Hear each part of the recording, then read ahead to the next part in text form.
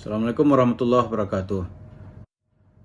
Para pemirsa, semakin banyaknya orang memprotes tentang penyimpangan dan kesesatan ajaran sedekah dan investasi yang dijanji-janjikan oleh Yusuf Mansur.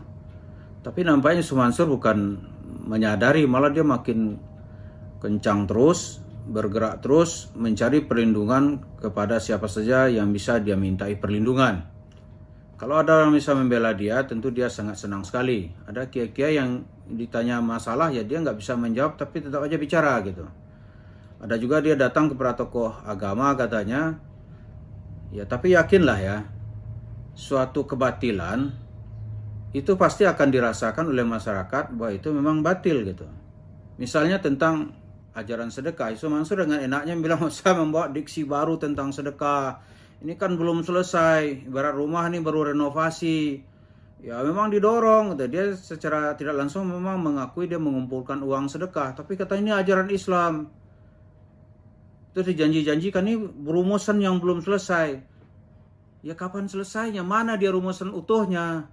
Masa ada 20 tahun cerita aja gitu. 20 tahun Yusuf Mansur mengumpulkan uang sedekah. Yang kaya tuh dia. Yang punya uang triliunan itu dia gitu. Nah, saya kalau bicara ini itu dorong itu fitnah itu, ghibah itu, dibayar itu. Ada nanti anak-anak kecil membuat YouTube gitu. Ini kita lihat sebuah tindakan yang makin lama bukan makin sehat, tapi makin mengajak kepada suasana makin panas. Ini sekarang kita lihat ya. Kalau janji-janji, Allah tuh menjanjikan tuh jelas. Endingnya seperti apa? Ini Yusuf Mansur membuat janji-janji. Seolah-olah dia membawa syariat baru gitu. Tentang sedekah ini memang nggak ada. Ya, kalau nggak ada ya salah dong. Masa di zaman Nabi itu semua sahabat tuh orang-orang yang salah.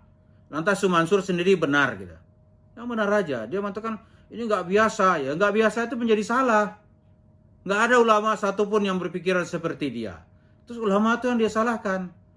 Itu dia bilang kalau kaya itu tanda orang mulia. Kalau miskin tanda orang hina gitu. Bilal itu sebelum Islam dia miskin, setelah masuk Islam pun dia masih miskin. Tapi di tengah kemiskinan itu kata Rasulullah, ya Bilal, amalan apa yang Anda buat? Kenapa ya Rasulullah? Saya dengar bunyi terompamu gitu. Bunyi sandalmu berdekat-dekat di surga, sementara Bilal masih hidup. Itu hadis sahih. Kata Bilal, ya amalan saya sentiasa melaksanakan sholat sunat rawatib, kemudian ya dia datang ke masjid. Jemaah yang berbahagia atau pemirsa yang terhormat, kita lihat cerita-cerita Yusuf Mansur ini sama lah seperti komunis bercerita kepada umat manusia gitu. Cerita Karl Marx lantas dilanjutkan nanti oleh Lenin.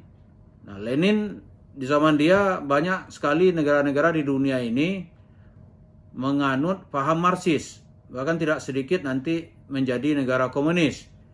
Tapi janji-janjinya janji sudah bangkrut, negeri itu masih janji. Oh, kami salah terapkan. Akhirnya apa? Tidak sampai 70 tahun setelah komunis itu datang, itu seluruh umat manusia mencampakkan komunis itu dari halaman sejarah umat manusia. Dibuang semua ajaran komunis itu. Terakhir tahun 1990 itu di pusat komunis itu di Rusia dan Jerman Timur, komunisnya hancur. Kenapa? Janji-janji nggak ada yang benar. Maka sekarang kalau masih ada orang mengikuti paham komunis dianggap sebagai orang yang sinting dan sakit jiwa gitu. Nah, cerita Yusuf Mansur ini itu janji-janji aja, mana janji sedekah orang kaya, nggak ada. Nah, mestinya masyarakat mesti keluar secara bersama-sama, membuang itu cita-cita Yusuf Mansur itu, melarang dia bercerita tentang sedekah karena janjinya tidak ada yang bisa dibuktikan. Sebagai pendekatan ilmu juga salah, sebagai fakta di lapangan juga tidak pernah ada. Jadi apanya mau dijanjikan gitu. Aneh ini kata Yusuf Mansur, seperti membangun renovasi rumah, masih belang-belentong rumahnya. Mana? Nggak ada gitu. Basic dasarnya ya salah. Coba ya. Kalau dasarnya saja bangunan itu sudah salah, fondasinya salah, pasti yang lainnya pasti akan salah. Bagaimana? Kalau fondasinya itu kertas gitu, lantas membangun bangunan yang berat, mana ada cerita? Mana ada cerita? Nggak ada itu. Karena itu, di mana-mana Yusuf Mansur bercerita sedekah, kalau ada orang berilmu yang mendengarkannya, pasti dia bilang ini salah. Nah, rakyat atau masyarakat lama-lama juga bilang ini nggak terbukti, ini juga salah gitu. Tapi Yusuf Mansur tetap saja, karena di sanalah dia bisa bertengger, mendapatkan yang disebut dengan dia gurihnya uang sedekah gitu. Jadi kalau usaha kan capek tuh, berbisnis real tuh lelah gitu. Tapi kalau uang sedekah ya dihibur-hibur lah jemaah ini, sorga atau mendapatkan 10 kali, 100 kali, 1000 kali. Udah orang mengasihkan uangnya. Wah, ada yang masalah, keluarkan sedekah. Ada yang mau diampuni dosa, keluarkan sedekah. Yang mau keluarganya baik, sedekah. Kan kata Yusuf Mansur, uang sedekah itu gurih. Ketika dia bercerita di Bea Cukai di Batam, ketika dia keluar dari Singapura itu, oh ini uang sedekah itu gurih. Nggak ada lah, ini bukan uang bisnis, ini bukan uang money laundry.